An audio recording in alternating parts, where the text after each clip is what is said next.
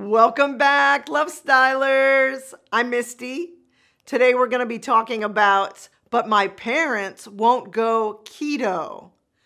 And even if you're on the keto diet or even the carnivore diet or living a low carb lifestyle, you're showing people by example that this thing works. It just does. It's regular information that's out there now. But sometimes our parents think they know better. There is a very good reason for this, and I'll get to that in a minute. But showing people by example that this thing works, meaning you can get your life together, you can lose some weight, you can get off your meds. See, like for myself, I've been doing keto and then over to carnivore for a few years now. And welcome to Love Style. If this is the first time you're here, welcome home. And we talk a lot on this channel about easy, practical, everyday things you can do to stay on track to living a low-carb lifestyle and improving your health, one step at a time. We do not get sciencey on this channel.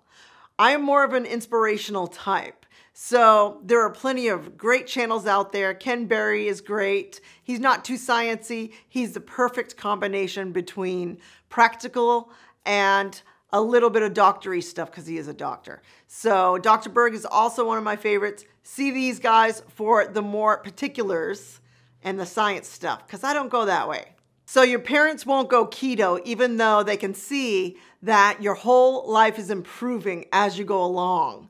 And even though you're not perfect every single day and you might have a cheat once in a while, you're still improving your life compared to maybe how you ate before. And yet your parents give you a lot of crap because they think you're doing it wrong. And I think your parents don't like the fact that you, who they raised from a little baby, might know more about something than they do. Now, we see this time and time again with different subjects in our lives and different things we try to talk to our parents about, for example, where we know the modern way because we have so much more information at our fingertips. And for them, they had to go seek out the information. For us, I have to say it's a lot easier. And if you are a parent, pay attention because some of the things your kids are saying may actually be true. We like to talk a lot on this channel about how I lost 55 pounds in the last few years of doing a keto diet and then over to more of a carnivore-based diet where I am 90% carnivore, 10% keto and other foods because I am not perfect, guys. But when I stay carnivore, I feel like Superwoman. I got off of my meds for high blood pressure. I also kicked alcoholism and have not had a drink since I started on keto a few years ago and went low carb. So I asked my mother a few questions, and today I'm going to give you her answers to these questions. So my mom is 73 years old. She is a freak of nature, guys. She is not the average person, and the reason is she has a body that is so thin and so beautiful that she looks like maybe a 40-something-year-old with her clothes on. Now, she does have cellulite. And Mom, if you're watching this, you got cellulite. And I love you, and you're beautiful. And you look 20 years younger than you actually are or more.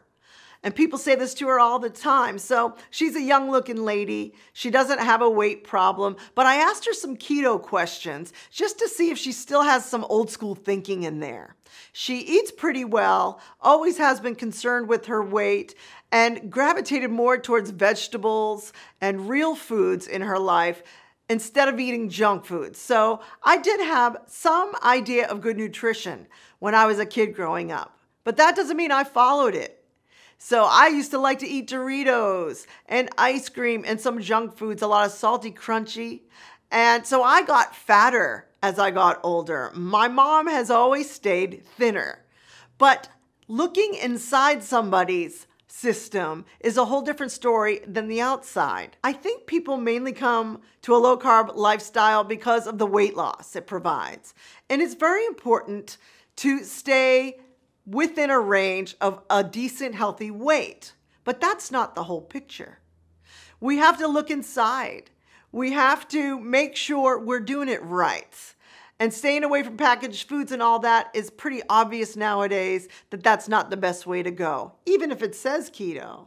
So we can talk about metabolism all day long and our theories on why someone is thin or why someone gains weight very quickly, or the reason someone's fat is because they're doing this wrong, and we can point the finger all day long. But we have to take control on a daily basis of our own choices. And like for me, compared to my mom, for example, I feel like I have a disposition where I gain weight a little bit faster and hold water longer than my mom does. Now, I might be right or I might be wrong. Maybe all of her eating vegetables all these years actually was a better choice than some of the packaged foods I would gravitate towards. So we'll never really know the answer here, I don't think, in our lifetime, but we do have some clues and we do see what works for the general public. And if you find a 70-year-old who does not take medication, that is a rare case. Now, that is somebody who's probably very, very aware of what they put in their body, very, very aware of health or nutrition and or exercise. I think we look at the outside of something first and make a judgment before knowing the whole picture. I know this is true because I do it. And so I won't even watch certain low-carb channels. I watch a lot, guys, but sometimes I'm judgmental on both sides. If someone's too heavy, I don't want to take their advice because obviously it didn't work for them yet. And if someone's too thin and I look back and they're doing a keto diet for another reason besides weight loss, and I'm looking to lose more weight, I'm not going to listen to them either because they've never been fat. So when it comes to our parents, I think until we look almost perfect or seem almost perfect, I think they don't want to listen to us. And there is a phenomenon called the powdered butt syndrome. This is very interesting. I heard this from Dr. Ken Berry, and he heard it from Dave Ramsey, the financial guru, who is wonderful. Try his snowball method. It worked for Andrew and I to get out of debt. And the powdered butt syndrome is where your parents are not going to listen to you because they powdered your butt. How could you know more than them when you're so many years behind them? And they know so much more than you do. And it's a little bit of stubbornness. It's a little bit of being too old school, in my opinion. It's a little bit of, how dare you tell me I'm the parent? Mom, I'm trying to tell you about keto and you're not even listening. And you're eating some pasta while you talk to me. I know, it's like, I try to tell my mom she can get off her meds and stop being a diabetic. If she would just lose the bread, pasta, and the rice, it might help her, but she doesn't want to listen. It's like, Mom, you are still eating bread. And like everybody knows in 2022 that the truth is out there. Dave Duchovny told you so. Hello. So it's hard to convince our parents, for example, that they can actually get off their meds because they were brought up during a time where doctors ruled the world and what your doctor says goes. Well, if the doctors were being taught the wrong thing, which it turns out they were, for the most part, our parents don't really want to face that yet. And when you tell them they can get off their meds if they just follow some of the things you're trying, they really can't accept it. Anything that comes too easily, I think, for us as humans seems so impossible that we almost can't accept it because it's like a miracle. So it takes a lot of faith to believe in this way of living. I completely believe in this way of living. And guys, I struggle because I want to convert people from the standard American diet to coming over to low carb. And I've learned to step back from that idea and let them come to it on their own. So all I can really do is show people by example, and they will come when they are ready. So this is the same with our parents. Our parents don't believe in miracles maybe quite as much as we do in the modern times, I feel like. So now I'm going to go to the questions I asked my mom. She looks wonderful for her age, but she is on 7 medications. And you know, when you look at someone, they may look great on the outside and they may have a very nice figure and not be fat, but what is going on the inside. And this is referred to as skinny fat. And if you haven't heard about skinny fat, that basically means you're thin, but you're not so healthy. So don't mind me, guys. I'm going to look to the left at my notes. It makes it easier for me to get through this video in a flowing manner. So I asked my mom, Nancy, I love you, Ma. What is keto? She said, a healthy diet, which was a good answer, actually. Better than eating junk food, basically. Why do people go on keto was my second question. She said to eat healthy, not just to lose weight, and stay away from the junk food, which is basically what I just said. My third question to my mom was, how many times a day should you eat or snack? She said 2 to 3 times a day. Pretty good. And then I asked, should you snack in between meals? She said, snack all you want. And then I said, on what foods should someone snack on? She said, healthy food like fruit, bananas, grapes, whatever your favorite is. People gravitate towards bananas and grapes as their favorite fruits to eat. On a standard American diet, whether they are trying to clean up their lifestyle and eat fruit instead of packaged foods or candy, which I agree with, as a stepping stone towards living a low-carb lifestyle eventually and coming over to keto or carnivore. So it's not like you're a horrible person if you eat fruit. But it seems that people are gravitating towards the sweeter fruits because they still have a sugar addiction. Now, Dr. Ken Berry talks about sugar and fruit in the body as acting as if you are consuming sugar as an alcohol and reacts the same way in the body. So if fruit is going to screw up my liver while I'm trying to clean up my liver from all of the years of drinking that I've done, why would I eat fruit? Now, if you want to have some fruit once in a while because it's your birthday, because you're at a cookout and it's a holiday, that's not what I'm talking about. I allow cheats on holidays. Keto treats, fruit, honey, something to get you by. This is still a better choice most of the time instead of a plate of brownies.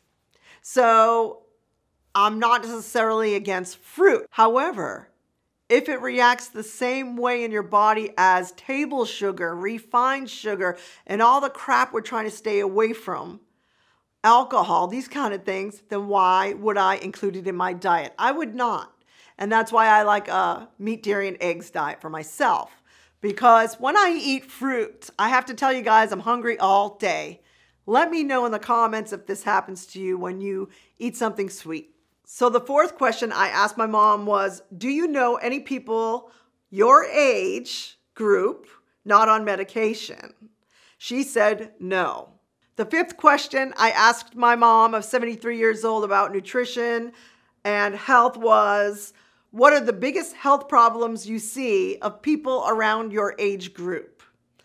And she's in a retirement community, so a lot of the people are older. And she said, thyroid, high blood pressure, arthritis, everyone's on blood thinners, she says, diabetes, and a little bit of depression or anxiety. Also, sore joints and bad sleep for some, or insomnia. And then I did ask her what medications she's on, and I'm not going to name all of them, but I can tell you as a fairly healthy 73-year-old, my mom is still on 7 medications, 2 being a controlled substance. So that is for pain and anxiety, and those are heavier drugs, but the rest are the maintenance drugs. Some that control blood pressure, high cholesterol, which I forgot to name earlier, that's one of the big ones too, and a few others. But I did ask her, do they help? Meaning, are these medications helping you? She said, a little. My 7th question that I asked my mom at 73 years old was, what is a balanced diet or a meal look like? And her answer was 1 starch, 2 vegetable, and 1 meat on the plate. And then I asked, in a week, what she considers a healthy diet. And she said seafood 5 times a week, 1 steak and 1 chicken. Now, those answers aren't so bad, except for the starchy foods. Now, she grew up in a different time where they thought carbohydrates that are in the starchy foods was essential. And I'm going to talk later about this, so stick with me this year, guys, on Love Style, because we're going to redo the food pyramid because it's been turned upside down. And we know now, because the truth is out there, that this is backwards. So they used to think a ton of carbohydrates in a day was necessary for energy levels and so forth. Well, that's not true. It is not an essential nutrient. Neither is fiber. The 8th question that I asked my mom was, is exercise necessary for better health and why? And she said yes, even if you just sit on the couch and do your feet like a bicycle up in the air, that is better, of course, than just sitting. So she answered that one pretty good. I was happy with that. And she stays busy, guys. She actually is one of these ladies who doesn't like to sit around much. So she keeps it busy doing household chores. And I forget who it was, but one of these nutritional gurus says even doing household chores has a better effect on your mental and or physical health because you're using your brain at the same time in a productive manner than just like walking on the treadmill and listening to something. Now, I don't know how they can prove this, but doing some chores is exercise. So don't forget that. You don't have to kill yourself in the gym. My 9th question to my mom was, have you ever been overweight? The answer was no. So she's been lucky there. I don't know if it's because she's a hyper woman. I don't know if it's because she eats more vegetables than junk food. I don't know if it's because she has a good mental attitude. It could be all of the above. And I'm very proud of her for this. So she's never been overweight. Now, there's other people in my family who are females who do have weight problems, myself being one of them, where I feel like I attribute my weight gain to a lot of alcohol in my past. Check out my alcohol videos, guys, in the playlists, because I have had an interesting journey coming to low carb and staying off the alcohol, and I'm loving my life now. So if you've not considered this, it can be done. It's not that hard for some of us. And the 10th question I asked my 73-year-old mom was, what are the 3 healthiest foods that exist, do you think? And she said broccoli, tomatoes, and seafood, with chicken being a second to seafood. So do with that what you will. And you guys might know that might be a little old school thinking. The seafood's okay. But I'll let you guys comment to me in the comments what you think the top 3 healthiest foods on the planet are. And I asked her one bonus question, which seems like an obvious answer to this question, but there's a reason I did this, because she is still old school, guys. She still goes to the doctor and listens to the doctor about taking the medications. And we don't really know if medications are just, necessary or not. A lot of us low carbers believe we can heal ourselves naturally through eliminating most of the crappy foods, basically. So those were the 10 questions I asked my mom, and I have one more bonus question that I asked her, which to you guys might seem like a stupid question, which is fine. It is kind of a stupid question, but I wanted to see her reaction because I've talked to her about this before. So my mom is a smoker. I forgot to mention that. And she also has some drinks in her life occasionally. So she's not given up alcohol or cigarettes, which to me is the worst of the worst. So the bonus question to my mom at 73 years old was, is alcohol and cigarettes bad for the human body? And does it affect your length of life? Now, the reason I asked my mom this question is because I've talked to her about this stuff before. When you make a point about living a low carb lifestyle and you try to talk to your parents a little bit about nutrition, because they're slightly curious if they're anything like my parents. And my dad's going to have his own episode. But talking to my mom about these things triggers her. So her answer to the question of are cigarettes and alcohol bad for you is, of course, yes, to the human body. And then the second part of the question was, does it shorten your life? She said, sometimes. And this was what I was triggering her to kind of say because I knew she would. And the reason is, she says, well, you hear about these people like George Burns who smoked a cigar every day or cigars every day and drank whiskey every day. And if your parents are like mine and kind of old school still, and even some of your friends might say stuff like this about, well, what about those people who did all these things that are bad for them and lived to 110, Misty? So when people go to the exception to the rule, I know that they have been triggered by the question. And the reason I think people are triggered by certain questions that really none of us can answer are because they have some guilt. And because they don't fully believe that life can be this easy, that you can heal your own body. They're not there yet spiritually. So when they bring up the exception to the rule, like my mom did say, I also know people who have been health conscious their whole life, have eaten very well, have stayed within a good weight range their whole lives, and then they get cancer at 40. So when they go to these extremes, I have to ask myself, why? Now, these things may be true, but they are the exception to the rule of the general public.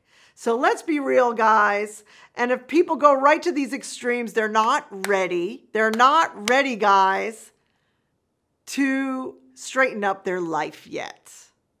Or maybe they just want to be like devil's advocates. Maybe they like arguing, which I don't think you should engage in, and I do not.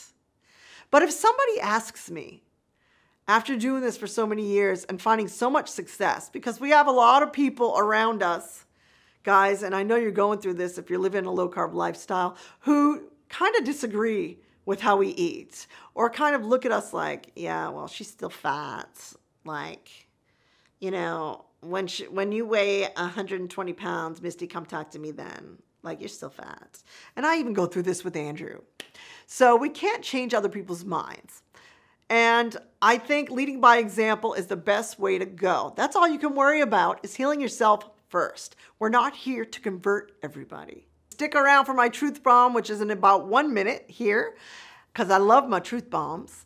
And you might love them too. We want to thank you for listening to Black Eyed Soul. That's our band. Andrew and I are recording artists, and we record right here in this room in our house. Check out blackeyedsoul.com or find us anywhere you can find free streaming music. If you like good music, you'll like us.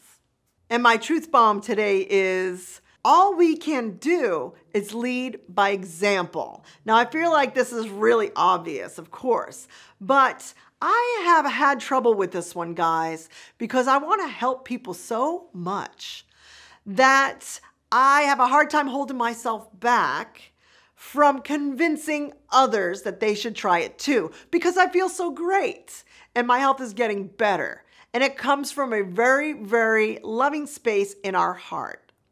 But having compassion for others and letting them come to their own conclusions to healing their own problems in their own timeline is a respect thing. And not pushing our agenda on them because we want them to feel so great. And even though it comes from a place in our heart and we want them to experience this, we cannot do this with other humans. So being the leader and showing people this can be done by leading by example and trying not to save the world with your words and actions is very, very tricky if you're anything like me, because we want to share. Maybe send them this video if they express any kind of interest in cleaning up their health. That's the things we can do. And if they ask you a question, guys, be there for them when they are ready, because they may not be ready just yet. We want to thank you for tuning into Lovestyle today. Stick with me this year, guys. If you want to stay on track, I will give you healthy reminders. And I put out a video every week or every other week. Check out my playlists and we can do this together. Peace out.